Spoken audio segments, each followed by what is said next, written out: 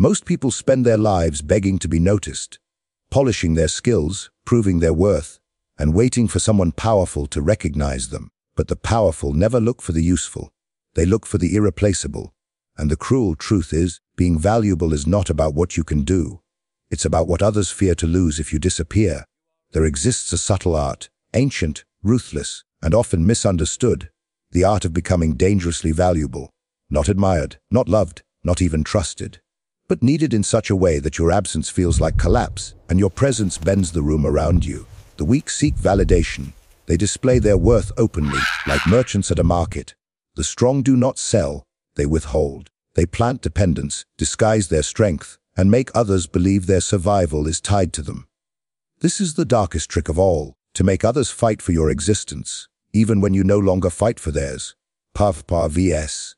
Power is never about what is real. It is about what is believed. Those who fail to understand this chase strength like fools chasing shadows. They build skills, collect knowledge, and stack accomplishments, imagining that value comes from accumulation. Yet the world is not ruled by the capable. It is ruled by those who appear indispensable. The illusion of necessity is stronger than the possession of talent.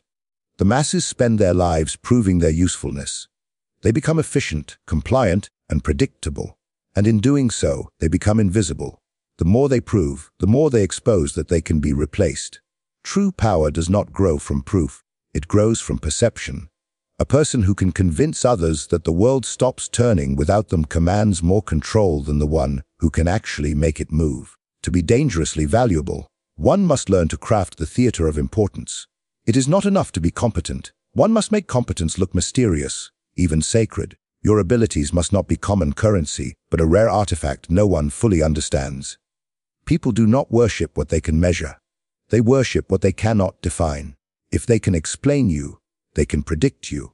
If they can predict you, they can replace you. This is why the clever never reveal the full extent of their power. They do not allow the world to see their limits. They remain slightly beyond comprehension, a step outside of certainty. Others, unsure of what they can or cannot do, fill that uncertainty with awe, caution, and dependence. A fog of mystery becomes a shield, and perception becomes armor thicker than steel. Observe the powerful carefully. They rarely boast of what they can do. They let others imagine it for them. A pause, a silence, a subtle refusal to explain becomes a form of dominance. They let rumors of their influence spread because people fear what they do not understand.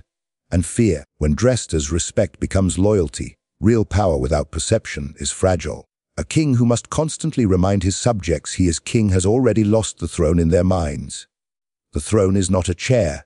It is a collective hallucination, maintained only as long as others agree to see it. Once belief fades, even the most skilled ruler becomes just another man in fine clothes. So, too, with personal value, it exists only as long as others believe it exists. The wise therefore manipulate perspective as artisans shape clay.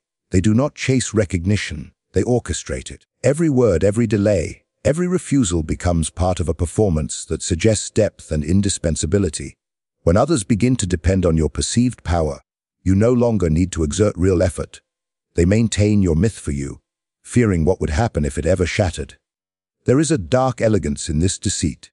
To control what others believe about you is to control what they believe about themselves. If they think you are vital, their identity, their confidence, even their sense of order becomes tied to you. Remove yourself, and they feel the ground tilt beneath them. At that moment, they will defend your importance, not because they admire you, but because they need you to remain real so that their world does not collapse. It is not a question of morality. It is a question of survival in a world governed by perception. Morality has no weight in the theater of influence. Only narrative does. Those who cling to authenticity without strategy become martyrs of sincerity. They die pure and forgotten. Those who understand illusion live long and powerful. The crowd remembers the myth, not the man. To build such perception requires patience. You must first withdraw from the hunger for acknowledgement. Let others speak while you observe. The one who speaks least is assumed to know the most. Silence draws attention because it leaves space for imagination. In that silence, others project their fears, desires, and assumptions, and you quietly become the reflection of their needs. This is not deception in the crude sense. It is control through absence.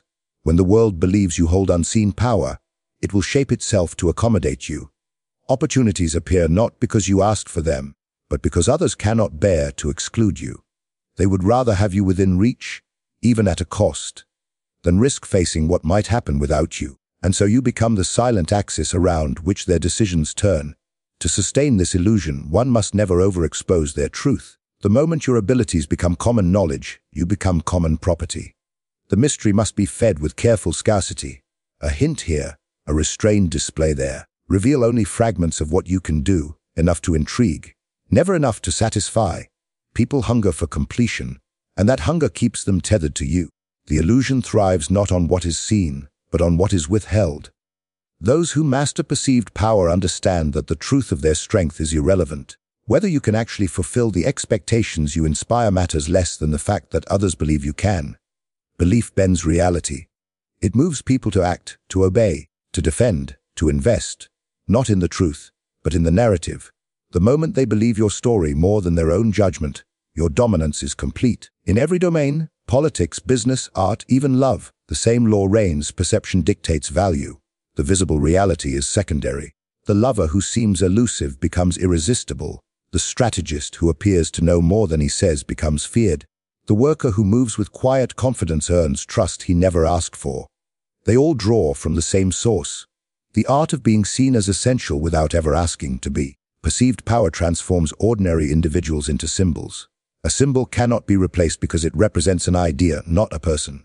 To become dangerously valuable, you must stop existing as an individual and begin existing as a perception. When they think of you, they should not see flesh and bone. They should see stability, influence, protection, whatever they most crave. Once you embody that abstraction, they will preserve you as they preserve their own survival. Quantiar altarach, quiet abundance breeds blindness. The mind does not cherish what it can reach with ease. It worships what seems distant, restricted, and rare. Those who wish to be dangerously valuable must understand this law with ruthless precision. To be desired, you must first become difficult to possess. Power does not come from giving, it comes from withholding. The world bows not before generosity, but before scarcity. Every empire, every religion, every institution of power has always understood this secret. The more something is denied, the more people crave it. The priest guards the sacred text behind ritual and gatekeeping. The ruler limits access to his presence. The master speaks little and seldom appears. Their rarity creates reverence. People kneel not because the thing is divine, but because it is distant. The same principle applies to personal value. To become indispensable, one must learn to withdraw from reach, to regulate access to their time, their knowledge, their energy, and even their emotions. Scarcity is the mother of significance. What is easily available is silently devalued by the human mind. The one who always says yes becomes invisible. The one who appears only when it matters becomes unforgettable. By limiting yourself, you force others to measure the weight of your presence.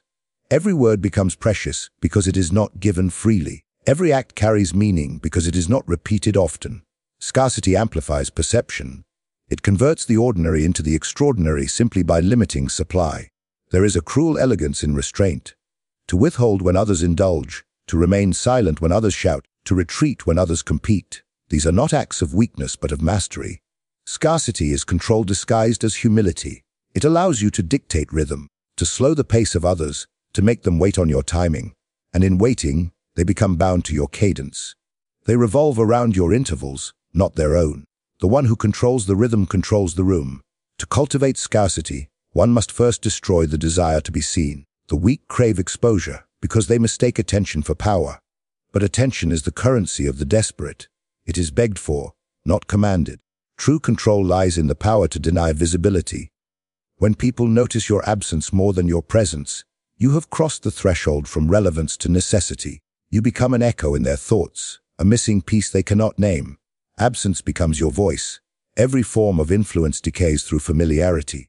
The friend who is always available becomes taken for granted. The expert who speaks endlessly loses authority. The leader who appeases everyone invites contempt.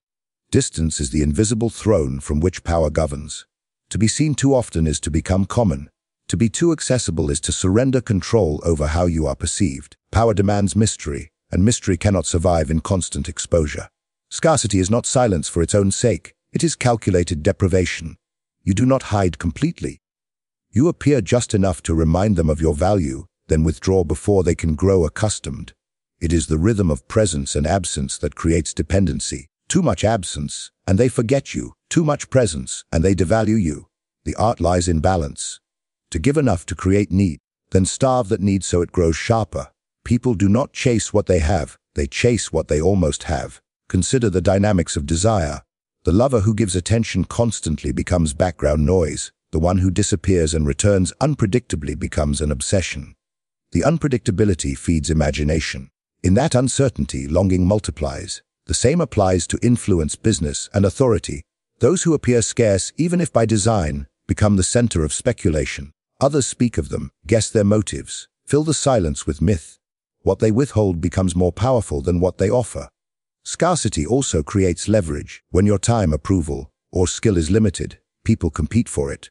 They begin to adjust their behavior to gain access. They compromise, flatter, negotiate, not because they value you as a person, but because they value the permission to access you. And once they have adjusted themselves around your conditions, they will continue doing so even when the scarcity was an illusion to begin with.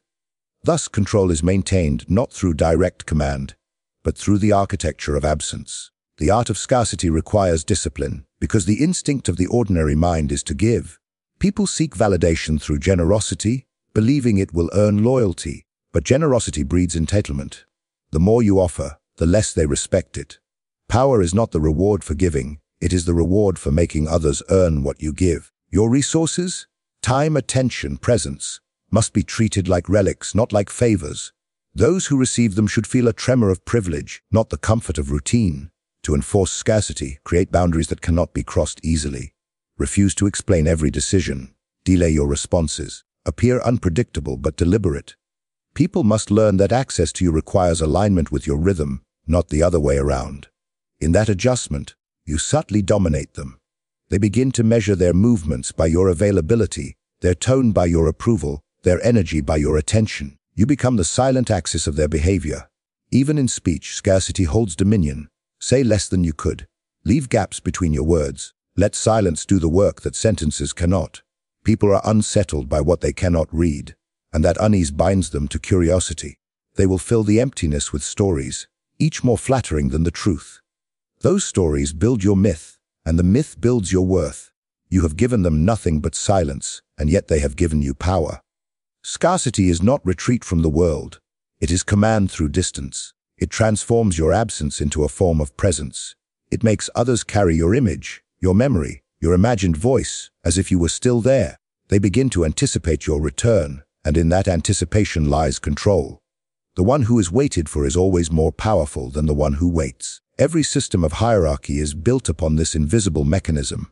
The emperor is not more capable than his subjects, he is simply more removed. The CEO is not necessarily more intelligent than his employees, he is less accessible. The mentor, the artist, the strategist, all appear elevated because they ration their presence. Scarcity builds the illusion of altitude. It separates you from the ground where the ordinary crawl and chatter endlessly. To rise above them, you need not grow wings. You only need to step back far enough for them to look up. Those who master scarcity never rush to prove themselves. They allow the world to come closer in hunger. When people wait long enough, even the smallest gesture feels divine. The delayed word is heard as prophecy, the withheld favor is accepted as privilege. By controlling when and how you appear, you control what your appearance means. That is the true essence of scarcity. Not the lack of presence, but the control of meaning. Power does not always come from what you give more often, it is born from what you refuse to give. The act of withholding, knowledge, emotion, approval, access, is not an absence of generosity, but a deliberate weapon. To withhold is to create imbalance, and in that imbalance, control takes root. People chase what they cannot grasp. They cling to fragments, interpret silence, and in their pursuit, they reveal the measure of their dependency. The wise understand that to remain desired, one must never be fully known. The human mind is enslaved by curiosity. It cannot rest in uncertainty. When deprived of complete understanding, it invents answers, builds illusions, and becomes entangled in its own projections. This is the essence of strategic withholding. You do not need to deceive outright. You simply leave gaps large enough for others to fill with their own imagination. They will see in you what they wish to see, and in doing so, they become complicit in their own manipulation. The greatest control is not forced, it is invited. To master the art of withholding, one must first abandon the desire to be transparent. The weak believe honesty is a virtue, the strong understand it is a vulnerability. Total openness disarms mystery. It allows others to read map and predict you, and what can be predicted can be controlled. Every revelation you give away is a weapon surrendered. To remain unreadable is to remain untouchable. You must let them see enough to be intrigued, but never enough to be certain. Let them sense your strength, not study it. Withholding is not silence for its own sake. It is precision in communication. Every word you choose not to say becomes a calculated void. Every gesture you refrain from making becomes an act of dominance. When people speak, they bleed information. When you hold back, you force others to reveal themselves first.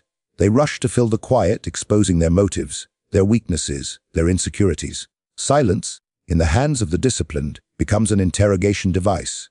Consider the dynamics of power in conversation. The one who speaks less always listens more. The one who listens more always knows more. Knowledge gained in silence is leverage acquired without exposure. The act of withholding, then, is not withdrawal, it is positioning. It places you at the center of interaction without ever being vulnerable to its chaos. You draw information like a magnet, all while revealing nothing of your own composition. To others you become enigmatic and therefore dangerous. Strategic withholding extends beyond words. It governs emotion. Never allow others to read your feelings clearly. The world is addicted to emotional transparency. It demands reaction as proof of authenticity. But the one who shows no predictable response gains superiority. Those who cannot read your emotions cannot manipulate them. They grow anxious, guessing whether you are pleased, angry, indifferent, or plotting. That anxiety binds them to you, because uncertainty breeds dependence. They will behave cautiously, seeking your approval, trying to decode your silence. You need only maintain composure while they dismantle themselves through speculation. In relationships of power, personal or political, emotional restraint is the purest form of control. To care visibly is to surrender leverage. The wise may feel deeply but reveal sparingly. They distribute affection like a scarce resource, enough to sustain loyalty, never enough to satisfy it. People crave consistency, yet they are addicted to unpredictability. If they never quite know where they stand with you, they remain engaged, cautious, and loyal to the hope of your favor. Thus, withholding emotion becomes a leash invisible but unbreakable. Strategic withholding also governs the display of capability. Those who reveal the full extent of their skill invite expectation, competition, and envy. The powerful show fragments, a glimpse of brilliance, a flash of ability, then retreat into restraint. This creates a vacuum of curiosity around them. People begin to exaggerate their talents in their minds, making them larger than life. By hiding the boundaries of what you can do, you allow others to imagine there are none. That illusion is stronger than any demonstration. In this game, even generosity can be weaponized through withholding. Offer assistance sparingly and its value multiplies. Give advice in fragments, not full maps. Allow others to struggle just enough that your guidance feels indispensable. The secret lies in calibration. Give only what maintains dependence. If they ever reach self-sufficiency, your relevance dies. You must therefore feed them just enough to need you again. Dependency is the invisible chain that keeps power intact. Those who cannot withhold destroy themselves through excess. They reveal too much too soon, mistaking transparency for connection. They give their energy freely, their emotions openly, their thoughts without measure, and in doing so, they become predictable. Predictability is the death of influence. Once others can anticipate your reactions, they can neutralize your advantage. The powerful always maintain the element of uncertainty. Their motives appear layered, their intentions veiled, their limits undefined. That uncertainty is a fortress no weapon can breach. To perfect withholding, you must practice deliberate delay. Never respond immediately. Let others wait for your word, your approval, your decision. The pause, when held long enough, becomes unbearable to them. They begin to doubt, to question, to self-correct. In their impatience, they reveal their priorities. The pause teaches you everything they hide and gives you control over the tempo of interaction.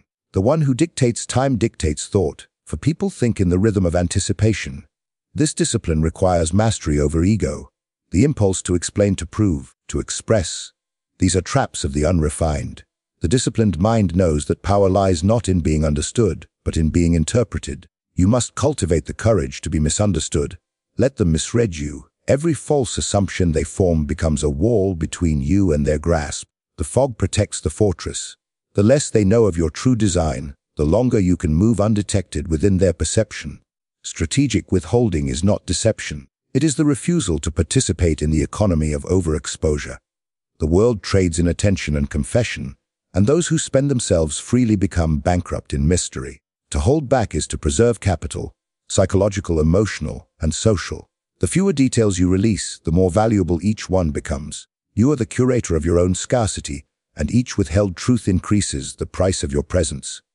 Those who master this art live above the noise. They observe as others exhaust themselves in display, while they remain poised in quiet control. They do not announce their strength, they let others sense it. They do not argue for power, they command it through omission. Every withheld truth, every delayed answer, every measured silence adds weight to their presence. In a world drowning in noise, the one who withholds becomes the only sound worth hearing. Deepity and Lovi love is fragile. It shifts with emotion, weakens with disappointment, and dissolves with time. Dependence, however, endures. It binds people not through affection, but through necessity. To be loved is to be desired. To be depended upon is to be needed. Desire can fade, but need resists reason. The one who builds dependence builds permanence. The secret of lasting power lies not in the hearts of others, but in their helplessness before you. People cling to love because it flatters the ego. They want to be adored, celebrated, admired. But these sentiments are the least stable forms of loyalty. Affection dies in the first storm of betrayal or neglect. Dependence, on the other hand, survives both contempt and resentment. When someone depends on you, they can hate you and still obey. They can despise your presence yet fear your absence. That is the ultimate state of control, when they curse your name even as they protect your position. To cultivate dependence, one must first understand how people seek safety. Beneath every relationship, professional, political, or personal, lies an unspoken trade of security. The weak search for anchors. They seek someone to stabilize their uncertainty, to guide their decisions, to absorb their responsibility. The powerful become that anchor, not by offering affection, but by creating a structure others cannot function without. When your presence equals their stability, they will guard it as they guard their own survival. Dependence is constructed through systems, not promises. It is not enough for people to like you. They must rely on you. You must build pathways where their progress runs through your permission, where your absence creates confusion and your presence restores order. The strategist, the mentor, the ruler, all maintain influence by being the axis on which others turn. The moment they become optional, their throne begins to crumble. Power must never be optional. Love inspires comfort. Dependence inspires vigilance. When people love you, they relax. When they depend on you, they watch you, measure you, anticipate you. Their attention becomes your possession. They begin to adjust their lives according to your moods, your decisions, your silence. In this way, dependence replaces affection with obedience. Love makes them want you, dependence makes them need you. To rule hearts is a pleasure, to rule necessity is an empire. Building dependence is an art of gradual entanglement. You do not announce it, you engineer it quietly, through usefulness, consistency, and subtle withdrawal. You offer help in ways that seem benevolent, but you structure it so that they cannot replicate it without you. You provide solutions that seem simple, but require your particular insight or access. Over time, they forget how to move without consulting you. You become their default answer to uncertainty, the invisible foundation beneath their choices.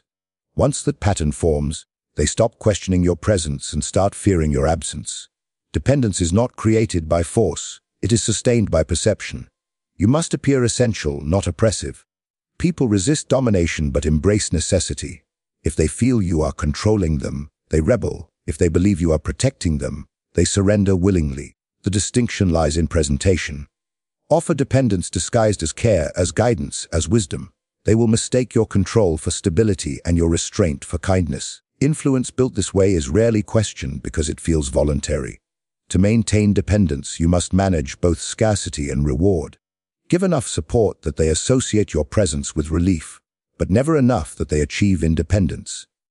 Let them taste freedom only to remind them of its danger. When they stumble, be the hand that restores balance.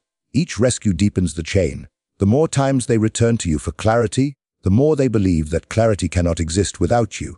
Dependence becomes a ritual, repeated until it feels natural. Even love itself can be transformed into dependence if properly managed. Lovers often confuse intimacy with surrender. If you condition affection with withdrawal, they will equate your approval with peace.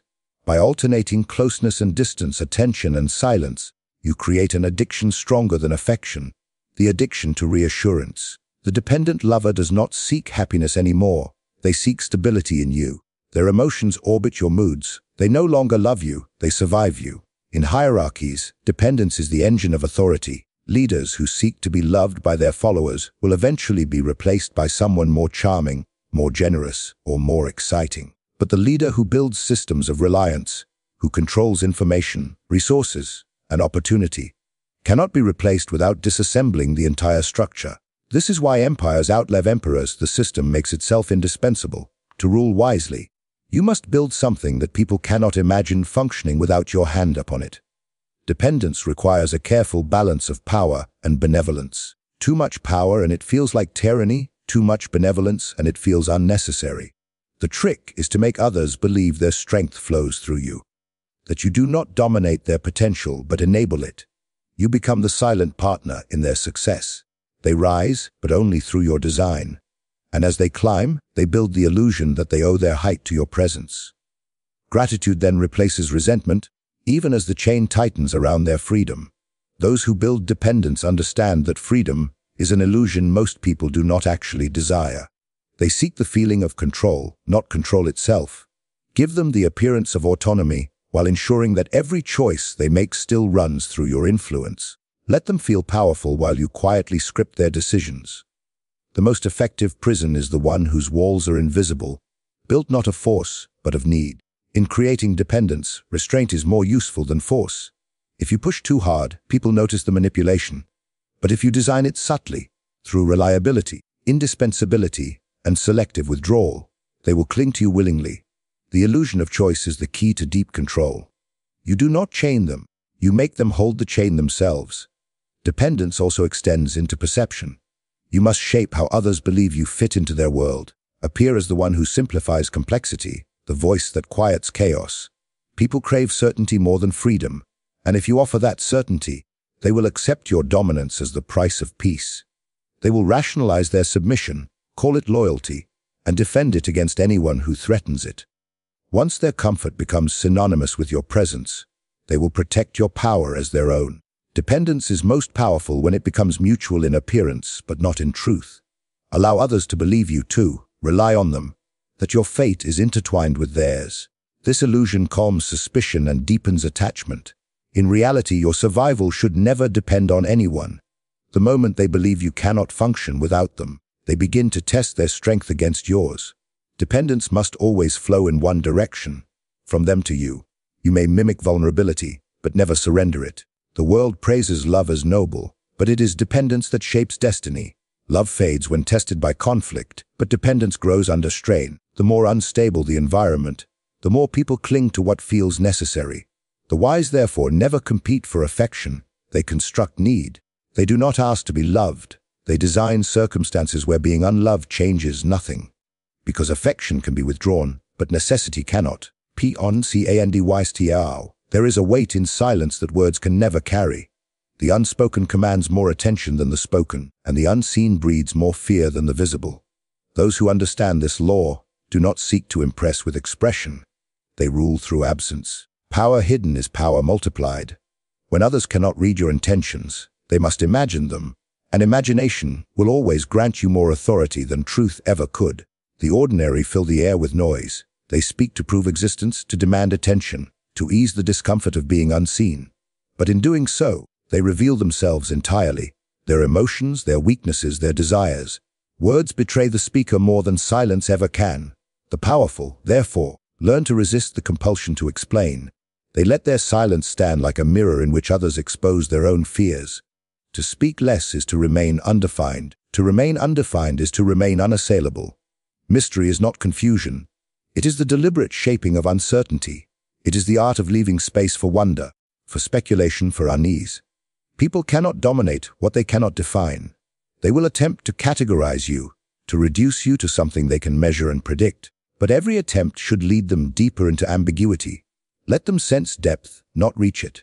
The more they search for your essence, the more they find their own reflection distorted in the fog of your restraint.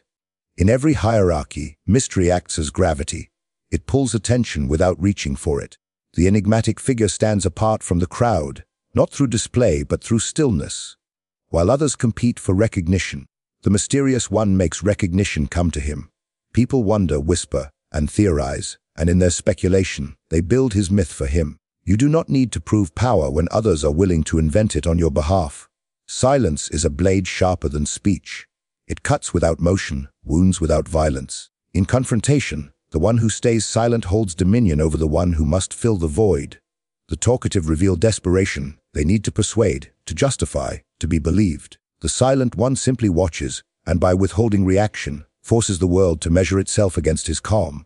That calmness unsettles. It suggests control, confidence, and foresight. Even when you have none, silence makes you appear as though you do. The powerful do not rush to correct misunderstanding, they use it. Every misinterpretation of your motives is a veil that protects your intent. When you are silent, others project their own beliefs onto you. And these projections become the prison of their own making. They will think they understand you and act according to that illusion, never realizing that their imagination is the leash you hold. To guide perception without speaking is to practice domination in its purest form. Mystery also breeds attraction. The human mind is drawn toward the unknown because it promises discovery. Familiarity dulls curiosity, but uncertainty fuels obsession. When you reveal too much, you exhaust intrigue. When you hide enough, you create fascination. People will circle around your silence like moths around a dark flame, seeking warmth in its outline. What they cannot see, they magnify. What they cannot possess, they glorify. Their own imagination becomes your accomplice. To sustain mystery, you must master the discipline of incompleteness. Every gesture, every word, every decision should suggest more than it reveals. Speak in implication, not declaration. When you act, do so without full explanation. Allow people to draw conclusions, especially the wrong ones. Their minds will labor to decode your patterns, and in doing so, they will grant you the illusion of complexity. The simple becomes profound when surrounded by silence. The mediocre becomes genius when framed in mystery. Even vulnerability can serve this purpose when wielded carefully. A single moment of disclosed weakness, offered sparingly and without explanation, deepens the enigma. It suggests that beneath your restraint lies something unfathomable. Pain, wisdom, history. People will fill in that void with reverence or sympathy, and both lead to loyalty. Mystery feeds not only fear but also fascination, and in that balance lies its brilliance. It makes people love what they do not understand and obey what they cannot see. In negotiation, silence is strategy. The one who can endure quiet for longer dictates the terms.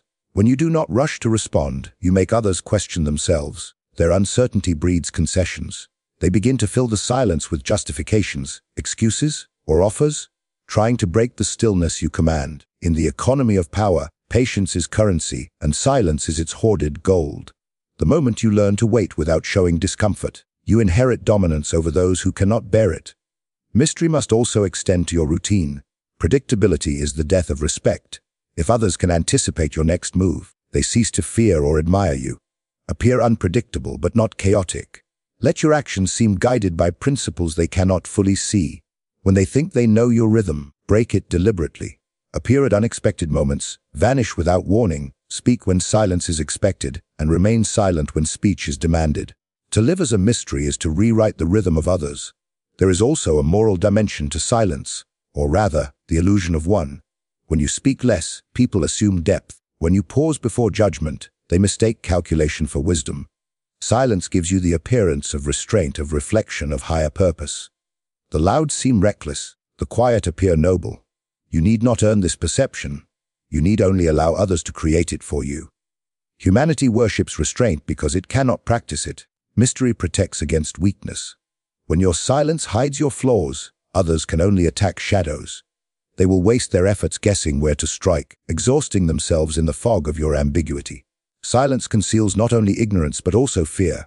The calm face, the quiet response, the still demeanor, these are armor forged from perception.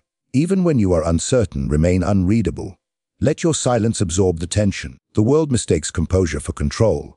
To maintain mystery in the modern age, where everyone screams to be seen, requires defiance. The culture of exposure demands confession. constant explanation, endless self-expression. To refuse that invitation is to become rare, and rarity is the birthplace of reverence. The fewer words you give the world, the more it clings to each one. The less you reveal, the more others invent on your behalf. You become an absence that occupies space, a quiet that commands the room. In relationships, silence magnifies presence. The one who speaks little becomes the one whose words echo longest. When you are quiet, people listen more intently, waiting for meaning. They attribute wisdom to your restraint. The lover who withholds constant affection becomes the one who lingers in thought. The friend who listens more than he speaks becomes the one whose advice is sought. Silence turns scarcity into significance. Mystery thrives on contrast, light and shadow, appearance and withdrawal, revelation and concealment. You must learn when to step into the light and when to disappear back into obscurity. Appear briefly to remind them of your existence, then retreat before they grow too familiar. Familiarity breeds dismissal, disappearance breeds longing. Each reemergence will feel like a revelation, each silence like suspense. Through this rhythm, you choreograph attention without asking for it. The true power of silence and mystery lies not in what it hides, but in what it provokes. It forces the world to react to you. People will study your pauses, interpret your glances, analyze your absences. They will write meaning into every empty space you leave behind. That meaning becomes your influence. By refusing to reveal your essence, you make others carry the burden of defining it. The more they try to understand you, the more they bind themselves to the image they've created. And that image, not your truth, rules them. The world bows not to those who shout the loudest, but to those who understand the quiet machinery of power. The unspoken laws that govern loyalty, fear, and dependence. You have now glimpsed these forbidden mechanics, how silence bends perception, how mystery commands devotion, how necessity outlasts affection. But knowledge unused is dust. To become dangerously valuable, you must act. You must craft your presence like a weapon, sharpened not by words but by restraint, by precision, by the deliberate art of being needed and never replaced. The few who master these principles do not chase influence. They attract it. They do not demand respect. It accumulates around them like gravity. If you wish to rise beyond the noise, to rule quietly in a world addicted to exposure, this is where you begin. If you found power in these words, then this philosophy has already begun its work. Let it continue to shape you. Subscribe now and step further into the hidden chapters, where control becomes art, where silence becomes command, and where you learn not just to survive among the powerful, but to become one of them.